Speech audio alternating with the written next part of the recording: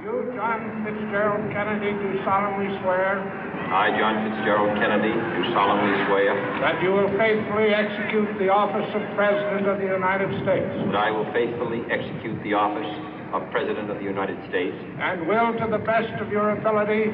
And will, to the best of my ability. Preserve, protect, and defend the Constitution of the United States. Preserve, protect, and defend the Constitution of the United States. So help you God.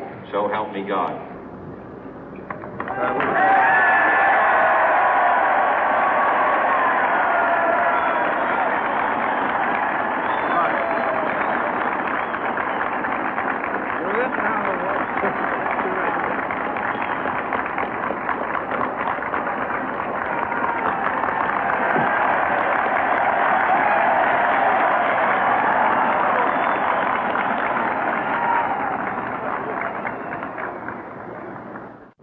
Vice President Johnson, Mr. Speaker, Mr. Chief Justice, President Eisenhower, Vice President Nixon, President Truman, Reverend clergy, fellow citizens.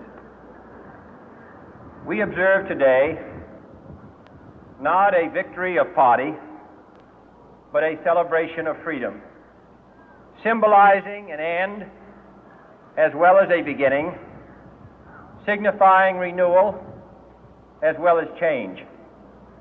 For I have sworn before you and Almighty God the same solemn oath our forebears prescribed nearly a century and 3/4 ago. The world is very different now, for man holds in his mortal hands the power to abolish all forms of human poverty and all forms of human life. And yet the same revolutionary beliefs for which our forebears fought are still at issue around the globe. The belief that the rights of man come not from the generosity of the state, but from the hand of God. We dare not forget today that we are the heirs of that first revolution. Let the word go forth from this time and place to friend and foe alike that the torch has been passed to a new generation of Americans born in this century, tempered by war, disciplined by a hard and bitter peace, proud of our ancient heritage, and unwilling to witness or permit the slow undoing of those human rights to which this nation has always been committed and to which we are committed today at home and around the world.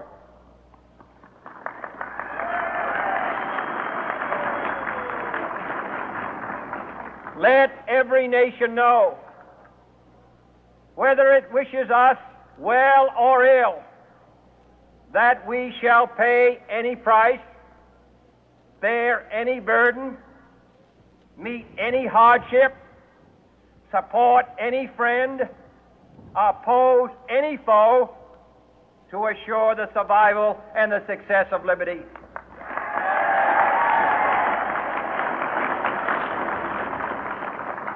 This much we pledge and more. To those old allies whose cultural and spiritual origins we share, we pledge the loyalty of faithful friends. United, there is little we cannot do in a host of cooperative ventures.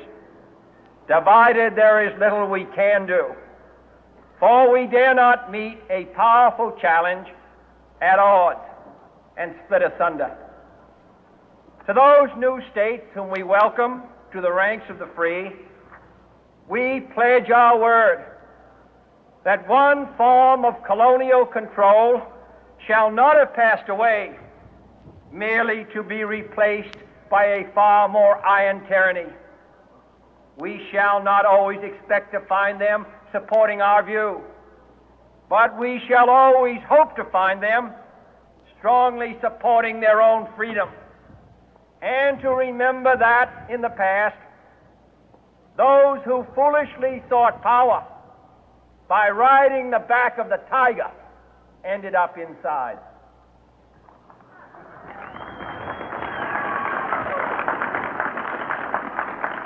To those people in the huts and villages of half the globe struggling to break the bonds of mass misery, we pledge our best efforts to help them help themselves for whatever period is required, not because the communists may be doing it, not because we seek their votes, but because it is right. If a free society cannot help the many who are poor, it cannot save the few who are rich.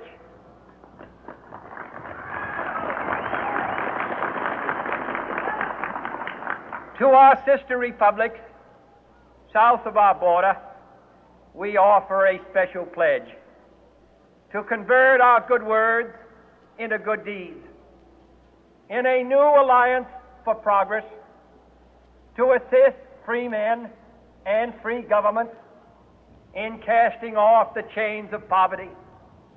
But this peaceful revolution of hope cannot become the prey of hostile powers. Let all our neighbors know that we shall join with them to oppose aggression or subversion anywhere in the Americas.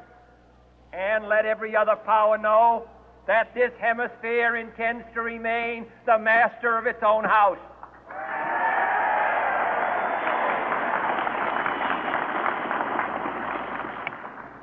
To that World Assembly of Sovereign States, the United Nations, our last best hope, in an age where the instruments of war have far outpaced the instruments of peace, we renew our pledge of support to prevent it from becoming merely a forum for invective, to strengthen its shield of the new and the weak, and to enlarge the area in which its writ may run.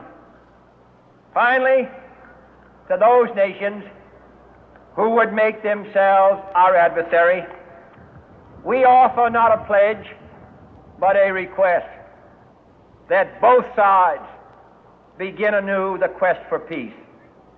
Before the dark powers of destruction, unleashed by science, engulf all humanity in planned or accidental self-destruction, we dare not tempt them with weakness, for only when our arms are sufficient beyond doubt can we be certain beyond doubt that they will never be employed. But neither can two great and powerful groups of nations take comfort from our present course, both sides overburdened by the cost of modern weapons, both rightly alarmed by the steady spread of the deadly atom, yet both racing to alter that uncertain balance of terror that stays the hand of mankind's final war.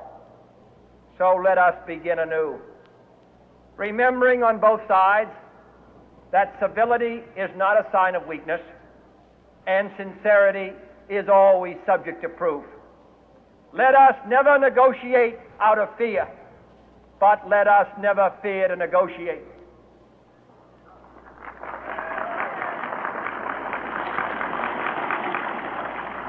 Let both sides explore what problems unite us, instead of belaboring those problems which divide us. Let both sides, for the first time, formulate serious and precise proposals for the inspection and control of arms, and bring the absolute power to destroy other nations under the absolute control of all nations.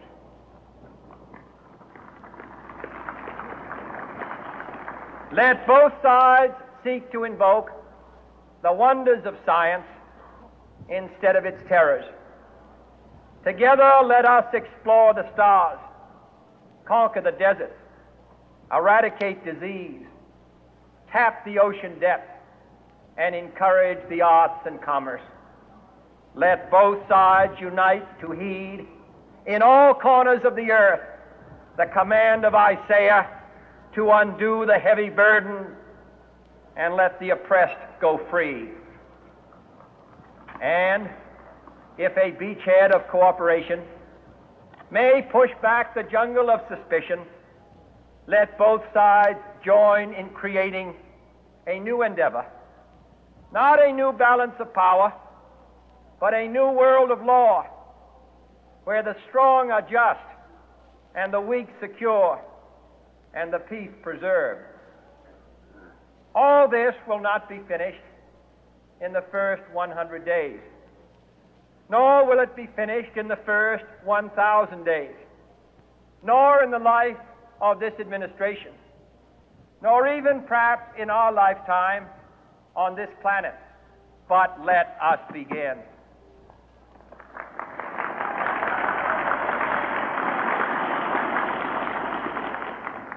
In your hands, my fellow citizens, more than mine, will rest the final success or failure of our course.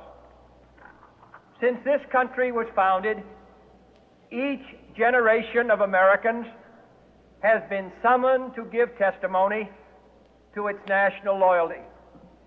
The graves of young Americans who answered the call to service surround the globe.